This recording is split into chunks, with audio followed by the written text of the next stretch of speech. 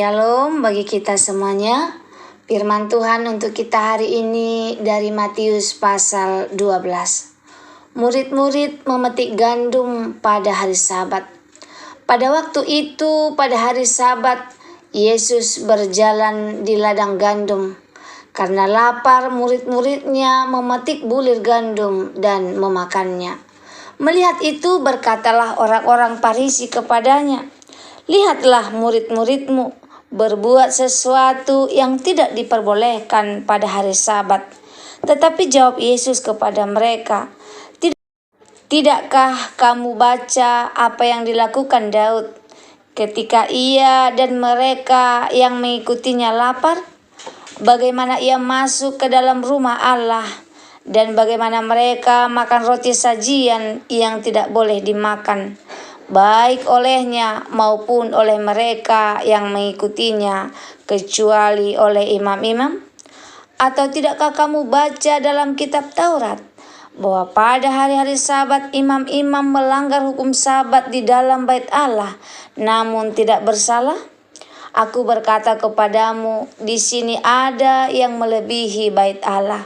Jika memang kamu mengerti maksud firman ini, yang ku kehendaki ialah belas kasihan dan bukan persembahan, tentu kamu tidak menghukum orang yang tidak bersalah, karena Anak Manusia adalah Tuhan atas hari Sabat."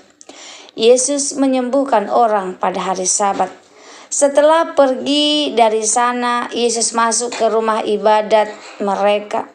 Di situ ada seorang yang mati sebelah tangannya. Mereka bertanya kepadanya, "Bolehkah menyembuhkan orang pada hari Sabat?" Maksud mereka ialah supaya dapat mempersalahkan dia. Tetapi Yesus berkata kepada mereka, "Jika seorang dari antara kamu mempunyai seekor domba dan domba itu terjatuh ke dalam lubang pada hari Sabat, tidakkah ia akan menangkapnya dan mengeluarkannya? Bukankah manusia jauh lebih berharga daripada domba? Karena itu boleh berbuat baik pada hari Sabat." Lalu kata Yesus kepada orang itu, "Ulurkanlah tanganmu." Dan ia mengulurkannya, maka pulihlah tangannya itu dan menjadi sehat seperti tangannya yang lain. Lalu keluarlah orang-orang Farisi itu dan bersekongkol untuk membunuh dia. Yesus hamba Tuhan. Tetapi Yesus mengetahui maksud mereka lalu menyingkir dari sana. Banyak orang yang mengikuti Yesus dan ia menyembuhkan mereka semuanya. Ia dengan keras melarang mereka memberitahukan siapa dia, supaya genaplah firman yang disampaikan oleh Nabi Yesaya, "Lihatlah itu hambaku yang kupilih, yang kukasihi, yang kepadanya jiwaku berkenan.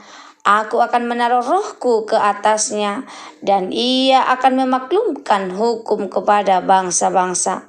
Ia tidak akan berbantah dan tidak akan berteriak, dan orang tidak akan mendengar suaranya di jalan-jalan. Bulu yang patah terkuai tidak akan diputuskannya, dan sumbu yang pudar nyalanya itu akan dipadamkannya, sampai ia menjadikan hukum itu menang, dan padanya lah bangsa-bangsa akan berharap." Yesus dan Beelzebul. Kemudian dibawalah Yesus kepada seorang yang kerasukan setan. Orang itu buta dan bisu, lalu Yesus menyembuhkannya, sehingga si bisu itu berkata-kata dan melihat. Maka takjublah sekalian orang banyak itu, katanya, "Ia ini agaknya anak Daud." Tetapi ketika orang Farisi mendengarnya, mereka berkata, "Dengan Beelzebul, penghulu setan, ia mengusir setan." Tetapi Yesus mengetahui pikiran mereka lalu berkata kepada mereka, "Setiap kerajaan yang terpecah-pecah pasti binasa, dan setiap kota atau rumah tangga yang terpecah-pecah tidak dapat bertahan. Demikianlah juga kalau iblis mengusir iblis, ia pun terbagi-bagi dan melawan dirinya sendiri. Bagaimanakah kerajaannya dapat bertahan? Jadi jika aku mengusir setan dengan kuasa Beelzebul, dengan kuasa siapakah pengikut-pengikutmu mengusirnya? Sebab itu merekalah yang akan menjadi hakimmu. Tetapi jika aku mengusir setan dengan kuasa Roh Allah, maka sesungguhnya kerajaan Allah sudah datang kepadamu.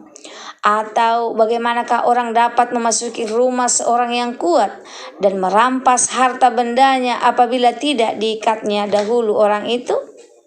Sesudah diikatnya barulah dapat ia merampok rumah itu.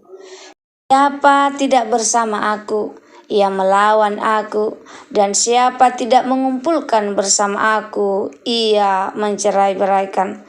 Sebab itu aku berkata kepadamu, segala dosa dan hujat manusia akan diampuni, tetapi hujat terhadap Roh Kudus tidak akan diampuni.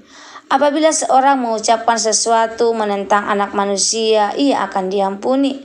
Tetapi jika ia menentang Roh Kudus, ia tidak akan diampuni.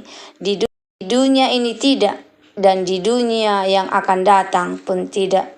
Jikalau suatu pohon kamu katakan baik, maka baik pula buahnya. Jikalau suatu pohon kamu katakan tidak baik, maka tidak baik pula buahnya. Sebab dari buahnya lah pohon itu dikenal.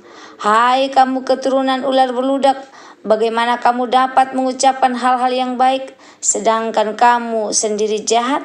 Karena yang diucapkan mulut meluap dari hati. Orang yang baik mengeluarkan hal-hal yang baik dari perbendaharanya yang baik, dan orang yang jahat mengeluarkan hal-hal yang jahat dari perbendaharanya yang jahat. Tetapi aku berkata kepadamu, setiap kata sia-sia yang diucapkan orang harus dipertanggungjawabkannya pada hari penghakiman. Karena menurut ucapanmu engkau akan dibenarkan, dan menurut ucapanmu pula engkau akan dihukum. Tanda Yunus. Pada waktu itu berkatalah beberapa ahli Taurat dan orang Farisi kepada Yesus, Guru, kami ingin melihat suatu tanda daripadamu. Tetapi jawabnya kepada mereka, angkatan yang jahat dan tidak setia ini menuntut suatu tanda, tetapi kepada mereka tidak akan diberikan tanda selain tanda Nabi Yunus. Sebab seperti Yunus tinggal di dalam perut ikan 3 hari 3 malam, demikianlah juga anak manusia akan tinggal di dalam rahim bumi 3 hari 3 malam. Pada waktu penghakiman orang-orang Niniwe akan bangkit bersama angkatan ini dan menghukumnya juga. Sebab orang-orang Niniwe itu bertobat setelah mendengar pemberitaan Yunus. Dan sesungguhnya yang ada di sini lebih daripada Yunus. Pada waktu penghakiman ratu dari selatan itu akan bangkit bersama angkatan ini, dan ia akan menghukumnya juga. Sebab ratu ini datang dari ujung bumi untuk mendengar hikmat Salomo, dan sesungguhnya yang ada di sini lebih daripada Salomo. Kembalinya roh jahat. Apabila roh jahat keluar dari manusia, ia pun mengembara ke tempat-tempat yang tandus mencari perhentian, tetapi ia tidak mendapatnya. Lalu ia berkata, aku akan kembali ke rumah yang telah kutinggalkan itu. Maka pergilah ia dan mendapati rumah itu kosong, bersih, tersapu, dan rapi teratur. Lalu ia keluar dan mengajak 7 roh lain yang lebih jahat daripadanya, dan mereka masuk dan berdiam di situ. Maka akhirnya keadaan rumah itu lebih buruk daripada keadaannya semula. Demikian juga akan berlaku atas angkatan yang jahat ini. Yesus dan sanak saudaranya. Ketika Yesus masih berbicara dengan orang banyak itu, ibunya dan saudara-saudaranya berdiri di luar dan berusaha menemui dia. Maka seorang berkata kepadanya, lihatlah, ibumu dan saudara-saudaramu ada di luar dan berusaha menemui engkau. Tetapi jawab Yesus kepada orang yang menyampaikan berita itu kepadanya, siapa ibuku dan siapa saudara-saudaraku?